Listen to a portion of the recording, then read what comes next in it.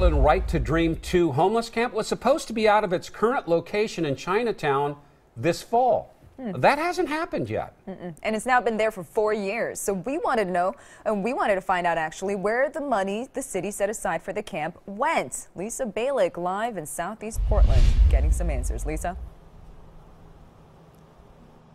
Now, this is where the city intends to move Right to Dream 2. It's an empty half-acre lot on the east side of the river. It's really close to the Tillicum Bridge and just above OMSI. It's land the city bought from ODOT for more than $250,000. I wanted to find out why, if it's empty, that the move hasn't happened.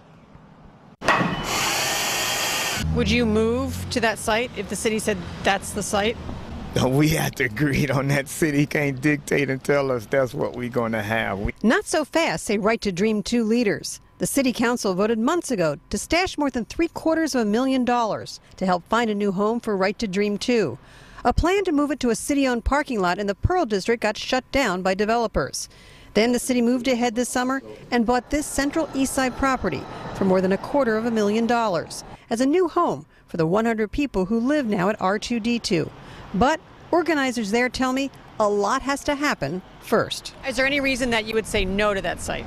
It's lots of reasons we'll say no to that site. Like, for once, if we saw a bigger place where we can develop better and we can govern it ourselves without any government interference. Yet City Commissioner Amanda Fritz tells me there are no other sites being considered at this point, mainly due to property prices.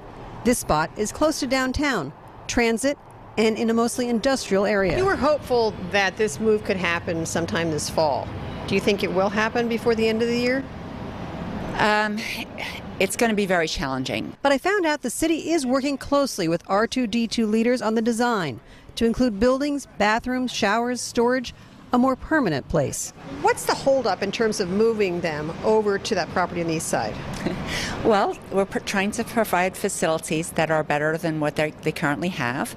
We're also working with the neighborhood and the Central East Side Industrial Council to discuss their concerns.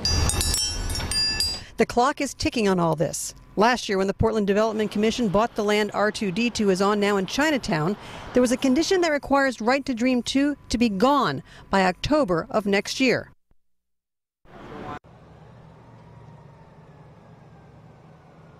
So figuring out exactly what will go here, that's what they're working on right now, the design process. And Fritz told me they have to figure that out before they have a public hearing. That's why there isn't one scheduled just yet. Live in Southeast Portland, Lisa Balick, KOIN 6 News. So it still looks like a no solution in the immediate future here. Lisa, thank you.